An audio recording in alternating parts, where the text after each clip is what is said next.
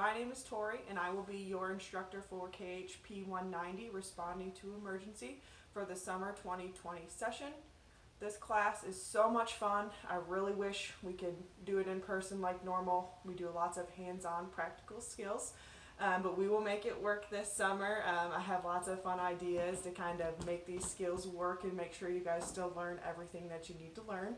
After you finish this course, you will have the skills necessary to save someone's life.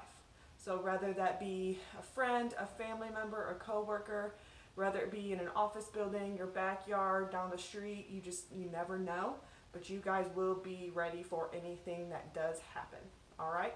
So after this course, your level of certification will be that just below of an EMT. So you will actually have the highest level of non-professional CPR certification.